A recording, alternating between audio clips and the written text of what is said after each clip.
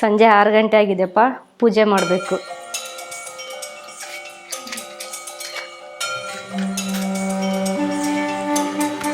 ದೇವ್ರೆ, ಗನ್ನದ ಕಡ್ಡಿಲೆ ಪೂಜೆ ಮಾಡ್ತಾ ಇದ್ದೀನಿ, ಅಡ್ಜಸ್ಟ್ ಮಾಡ್ಕೋ ದೇವ್ರೆ. ಕರ್ಪೂರದ ರೈಟು 50 ಗ್ರಾಮು 80 ರೂಪಾಯಿ ಆಗಿದೆ ದೇವ್ರೆ, ಅಡ್ಜಸ್ಟ್ ಮಾಡ್ಕೋ ದೇವ್ರೆ. ನನ್ನ ಹತ್ರ ಅಷ್ಟೊಂದು ದುಡ್ಡಿಲ್ಲ ದೇವ್ರೆ.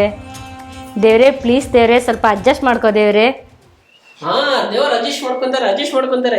ಏನಕ್ಕೋಸ್ಕರ ನೀನು ಕರ್ಪೂರ ಬೆಳಗ್ಗೆ ಪೂಜೆ ಮಾಡ್ತಾ ಇಲ್ಲಮ್ಮ? ಆ ರೈಟ್ ಜಾಸ್ತಿ ಆಗಿದೆ ಅಣ್ಣ, ಅದಕ್ಕೆ ನಾನು ಮಾಡ್ತಾ ಇಲ್ಲ.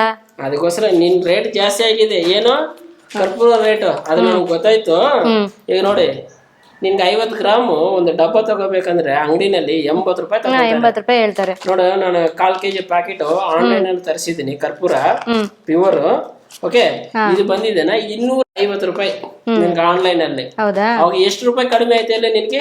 ಹೆಚ್ಚು ಕಡಿಮೆ 50 ಗ್ರಾಮ್ 30 ರೂಪಾಯಿ ಅಂದ್ರೆ 120 ರೂಪಾಯಿ ಸೇವ್ ಆಗತ್ತೆ 1/4 kg ಇಂದ. 1/4 kg ಇನ್ಮೇಲೆ ನೀನು ಈ ಕರ್ಪೂರ ತಗೋ ಬಂದ್ಬಿಟ್ಟು ಪೂಜೆ ಮಾಡ್ಕೊ. ಇನ್ನ ನೀನ್ ಮಾಮೂಲಿ ಸ್ಟೋರ್ಗಳಿಗೆ ಹೋದ್ರೆ ರೇಟ್ ಜಾಸ್ತಿ ಇರುತ್ತೆ. ನಾಮನೇ ನಾಮ ತಗೋ. ದೇವ್ರ ಪೂಜೆ ಮಾಡು, ರೆಕಮೆಂಡ್ ಮಾಡೋದು ಬಿಡು. ದೇವ್ರ ಮನಸ್ಪೂರ್ತಿ ಪೂಜೆ ಮಾಡು. ಸರಿ ಅಣ್ಣ, ಮನಸ್ಫೂರ್ತಿಯಾಗಿ ದೇವ್ರಿಗೆ ಪೂಜೆ ಮಾಡ್ತೀನಿ. ಅಣ್ಣ ಹಂಗೆ ಹೋಗ್ತಾ ಇದೀರಾ, ಇದು ಎಲ್ಲಿಂದ ತಗೊಬನ್ರಿ? ಏನಿಲ್ಲಮ್ಮ, ನಮ್ ಚಾನಲ್ ಅಲ್ಲಿ ಲಿಂಕ್ ಕೊಟ್ಟಿದ್ದೀನಿ ವಿಡಿಯೋ ಕೆಳಗಡೆ, ಹಾಗೆ ವಿಡಿಯೋ ಮೇಲ್ಗಡೆ ಲಿಂಕ್ ಅನ್ನೋದು ಕೊಟ್ಟಿದ್ದೀನಿ.